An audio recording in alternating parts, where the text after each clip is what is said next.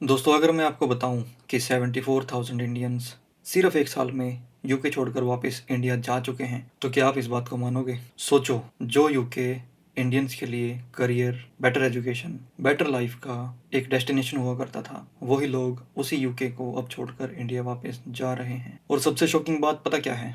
कि ये सिर्फ स्टूडेंट्स नहीं हैं जो रिटर्न हो रहे हैं, ये प्रोफेशनल्स हैं, स्किल्ड वर्कर वीज़ा होल्डर्स हैं, नर्सेस हैं, फैमिलीज हैं। सब लोग इस ट्रेंड को फॉलो कर रहे हैं, सब लोग इस ट्रेंड का हिस्सा हैं। ये सब देख के लगता है कि क्या अब यूके का ट्रेंड खत्म हो चुका है? क्या ड्रीम यूके अब खत्म हो चुका है? या फिर ऐसे कह सकते हैं कि रियलिटी अब लोगों को समझ में आ रही है। आज की इस वीडियो में हम बात करेंगे latest government rules, visa rules, job market crisis और उन असली रीजंस की जिनकी वजह से लोग यूके छोड़कर वापस जा रहे हैं और न्यू इमिग्रेंट्स यूके को अब कंसिडर नहीं कर रहे हैं। और वीडियो के एंड में मैं आपको बताऊंगा कि 2026 में यूके आना क्या एक स्मार्ट डिसीजन हो सकता है या फिर एक रिस्की गैम्बल हो सकता है। तो वीडियो को एंड तक जरूर देखें। नमस्ते दोस्तों, welcome back to my channel Neel Yatri. अगर आप यूके में हो, यूके आने का प्लान कर रहे हो या फिर स्टडी अब्रॉड के ऑप्शंस एक्सप्लोर कर रहे हो, तो ये वीडियो आपके लिए बहुत इन्फॉर्मेटिव होने वाली है। क्योंकि सोशल मीडिया पर आपको सिर्फ लंदन की चमक दमक दिखाई देगी,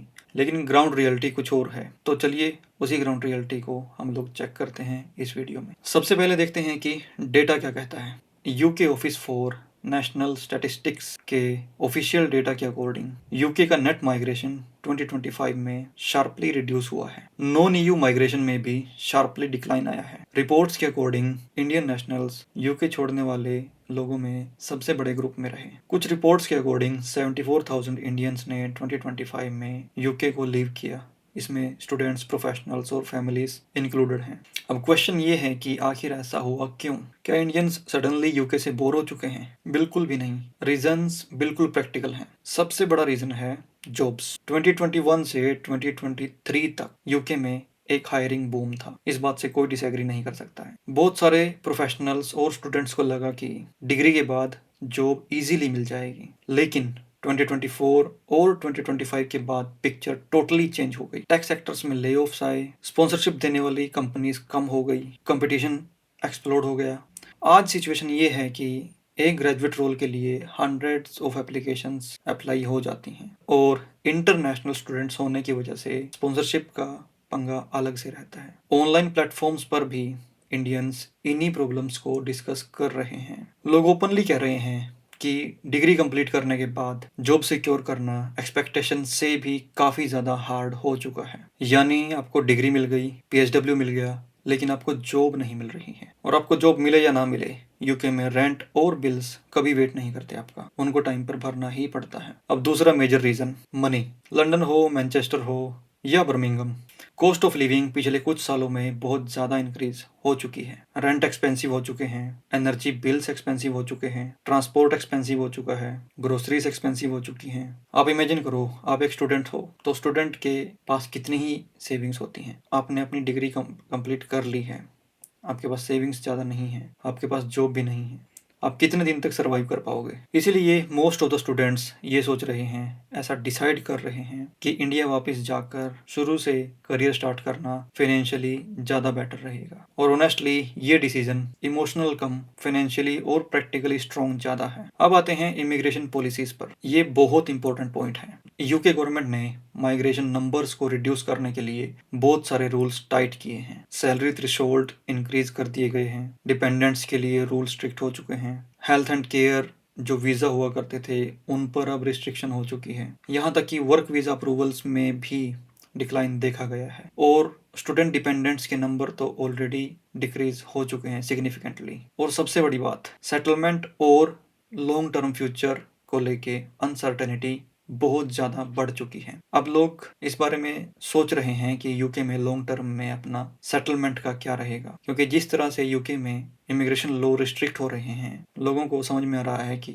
यूके में लॉन्ग टर्म फ्यूचर ज़्यादा स्टेबल नहीं है। जहाँ पहले लोग यूके को एक परमानेंट डेस्टिनेशन समझकर यूके आया करते थे, वही लोग अब इसको एक टेम्परेरी डिसीजन मान रहे हैं। यानी कि स्टडी करो, एक्सपीरियंस लो और फिर बेटर अपॉर्चुनिटी के लिए फर्दर मूव हो जाओ किसी बेटर कंट्री में। अब एक इंटरेस्टिंग एंगल, ऐसा नहीं है कि सिर्फ यूके खराब हो रहा है, लोगों को अब इंडिया में भी बहुत सारी अपॉर्चुनिटीज दिखाई दे रही हैं। इंडिया भी काफी इंप्रूव हो चुका है, इस पॉइंट को लोग इग्नोर कर देते हैं। आज इंडिया में स्टार्टअप्स हैं, ग्लोबल कंपनीज हैं, रिमोट जॉब्स हैं, आपको हाई पेइंग टेक्निकल रोल्स मिल जाएंगे। सिटीज जैसे बेंगलोर, हैदराबाद, पुणे, गुड़गांव रैपिडली ग्रो कर रहे हैं। 5 या 10 साल पहले जो सैलरी गैप यूके और इंडिया में था वो अब ऑलमोस्ट खत्म हो चुका है। और जब लोग कंपेयर करते हैं कि यूके में एक्सपेंसिव लाइफ और इंडिया में फैमिली सपोर्ट और इंडिया में family support plus low expenses, तो लोगों को इंडिया रिटर्न करना सेंसिबल लगता है, मोर प्रैक्टिकल लगता है। सबसे अंडररेटेड रीजन पता क्या है?